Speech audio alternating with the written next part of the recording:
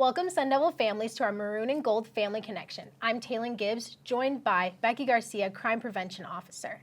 We're here to talk to you today about fraudulent activity targeting ASU students and just people all around, and just the safety precautions with that.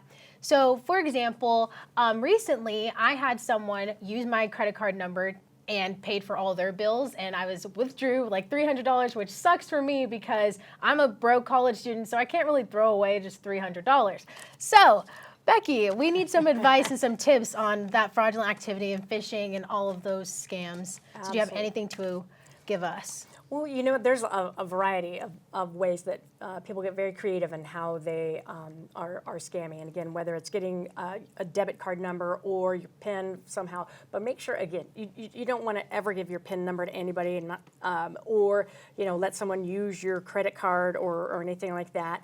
And we talked a little bit about Apple Pay, I think, and some of those services that unless the transaction is absolutely completed, once you do an Apple Pay type of thing. Yeah, your fingerprint. Then, yeah, once you do, oh, that's right, you do it right there on your phone. Mm-hmm. See, because I'm thinking when you do that right at a cash register. But yeah, so you have to finish the transaction, or I guess somebody else might be able to see your information, and you certainly don't want to do that. So the other thing that we get, and we hear about, and we have been hearing about throughout the year, are kind of scams like where they're getting the phone numbers or email addresses and things like that of different students, and saying like, I'm from the IRS or immigration or whatever, and if you don't pay this amount of money, then we're going to come after you. And so unfortunately, we do have some students who have actually sent money or done what the instructions have said. And so what I would love to say is, like, if these are not legit, if anybody ever asks you to send money because they're going to come after you or anything, well, first off, IRS is never going to do that. Immigration is never going to send a legitimate call. That's never going to happen from a government agency, okay? But you want to check that out. Go to the website for that service, but never, ever send money.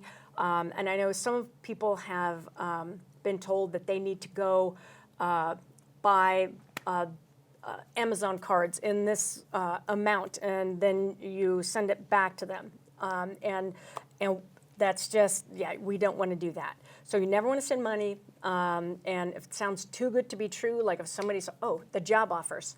Have you guys heard about the job offer scams or anything like that? Because people have been getting phone calls too, saying, "Hey, I've got this great opportunity. I've found you, and you're the one that I want to hire. And so I'm gonna. You basically don't have to do a whole lot. I'm going to send you a check for $1,200, and so."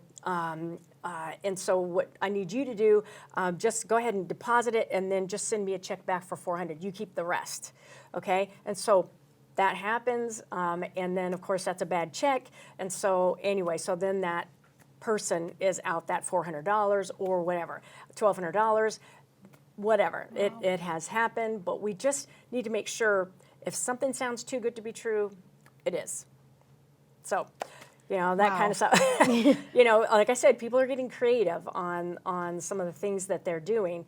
And so that means we just have to be that much more vigilant. Wow. Well, thank you so much.